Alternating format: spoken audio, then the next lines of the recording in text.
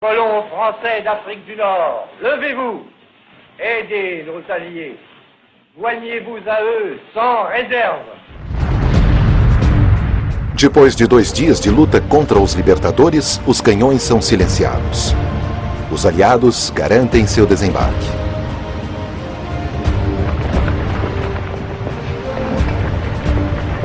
Argélia. Em Argel, o pragmático comandante-em-chefe dos Estados Unidos, General Eisenhower, negocia com o comandante militar do regime de Vichy, Almirante Darlan. Darlan é um dos colaboradores dos alemães mais intransigentes da França, que chegou até se encontrar com Hitler. Ele decide mudar de lado e as forças francesas na Argélia e no Marrocos se unem aos aliados. Poucas semanas depois, Darlan será assassinado por um membro da resistência francesa. Muitos dos franceses no norte da África recebem os americanos calorosamente. Os Zouaves, soldados franceses, e o exército francês da África também estão aliviados. Eles nunca realmente quiseram atirar contra os americanos. Na realidade, eles logo estarão lutando lado a lado com eles, como quase todos os outros franceses das colônias. O que também farão os soldados nativos, como eram chamados na época, que irão formar as unidades Tirelê, argelinas e marroquinas.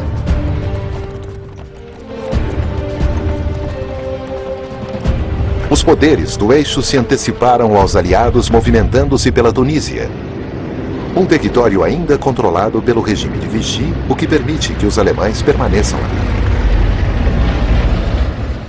Voltaremos a seguir com Redescobrindo a Segunda Guerra no Nat de 9 de novembro de 1942. Rommel está se retirando em direção à Tunísia. 2 dias mais tarde, a fim de assegurar a costa mediterrânea, Hitler invade o sul da França, até então chamada Zona Livre Não Ocupada. As ordens de Hitler são tomar o porto de Toulon, onde a maior parte da marinha de Vichy está baseada.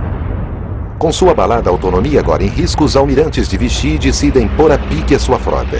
Eles decidem afundar seus próprios navios a fim de impedir que eles caiam nas mãos dos alemães ou dos aliados. Esse é o trágico resultado da política do regime de Vichy, que não é uma boa notícia para Hitler.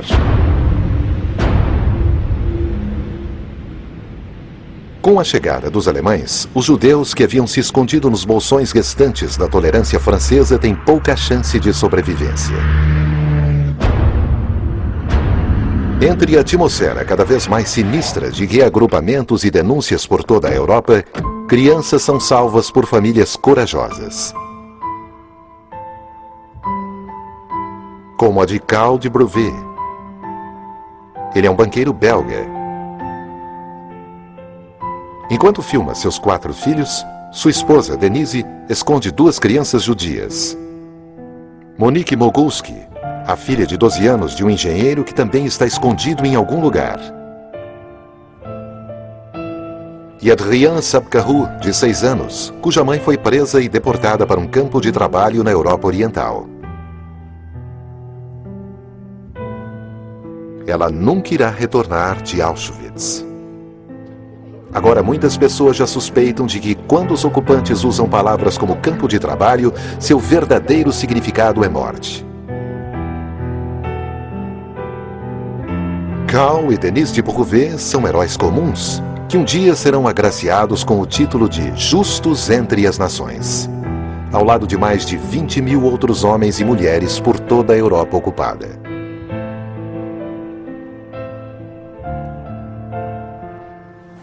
Frente de Stalingrado, 18 de novembro de 1942. A 3.000 quilômetros dali, na periferia de Stalingrado, os alemães estão aproveitando uma curta pausa atrás das linhas antes de voltarem a lutar contra os soviéticos a fim de eliminar os últimos focos de resistência.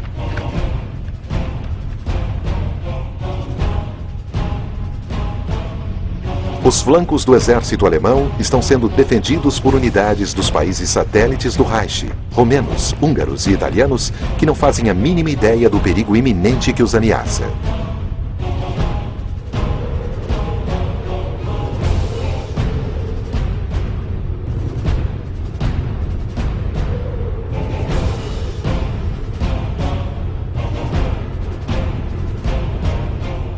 A poucos quilômetros dali, as tropas soviéticas estão se preparando para atacar.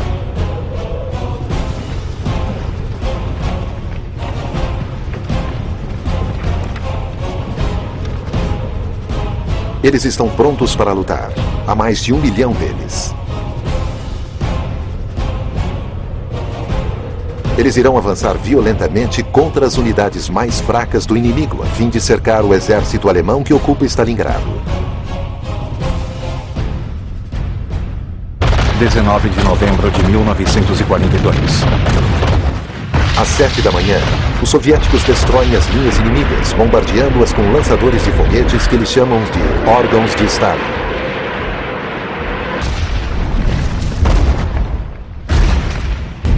O enorme exército de Zhukov lança a ofensiva.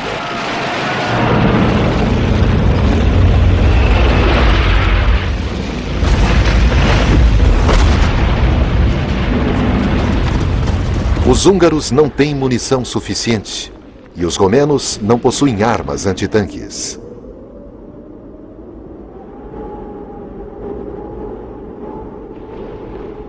Assim como os italianos, eles perdem um imenso número de homens.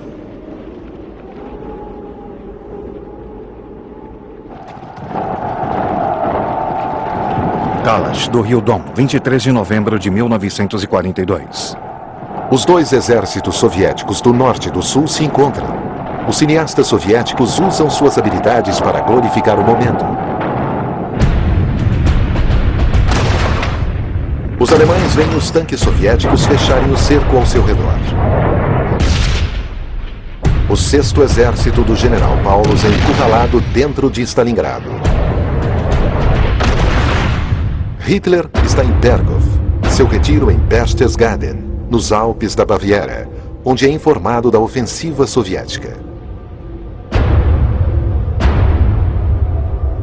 Sua reação instantânea é esconder a notícia do povo alemão. Ele vai apressadamente ao seu quartel-general na Prússia Oriental, declarando: se o 6º Exército se retirar de Stalingrado, a Wehrmacht nunca terá condições de voltar. Paulus ainda poderia romper o cerco, mas ele teria de obedecer ordens, pois quando Hitler chega ao covil do lobo, manda-lhe esta mensagem: aguente firme, um exército irá resgatá-lo. Mas exército algum é capaz de chegar até eles, e os aviões da Luftwaffe não conseguem entregar suprimentos suficientes, apesar das promessas feitas pelo chefe da Força Aérea, Hermann Göring. Stalingrado, Natal de 1942. No Natal, as rações são reduzidas a 50 gramas de pão e 12 gramas de gordura.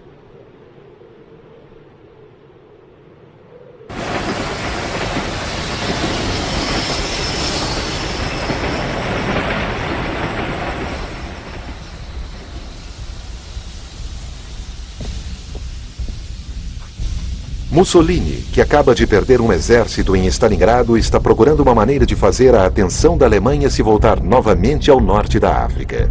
Ele escreve a Hitler: na minha opinião, a Rússia nunca poderá ser destruída. Ela é defendida pelo seu próprio tamanho, um território tão vasto que nunca pôde ser conquistado ou tomado. O capítulo russo terminou. Devemos fazer a paz com Stalin.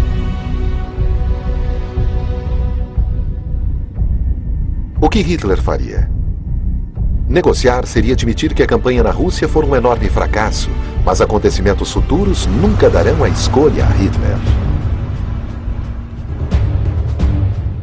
Roosevelt, presidente dos Estados Unidos, chegou a Casablanca, no Marrocos, para participar de um dos encontros mais importantes da história moderna. Casablanca, Marrocos, 13 de janeiro de 1943. Ele e Churchill querem resolver a difícil questão da força política francesa. Roosevelt quer excluir de Gaulle, que desde 1940 vem proclamando sua legitimidade como líder do movimento da resistência francesa. Roosevelt diz: o general de Gaulle é um soldado, certamente um patriota e devotado a seu país. Mas, por outro lado, ele é também um político e um sectário, e eu acredito que ele tenha todos os atributos de um ditador. Roosevelt prefere convidar um outro grande líder francês, General Giraud, para Casablanca. Feito prisioneiro em 1940, ele acabara de fugir da Alemanha e chegar ao norte da África. Ele tem uma presença marcante.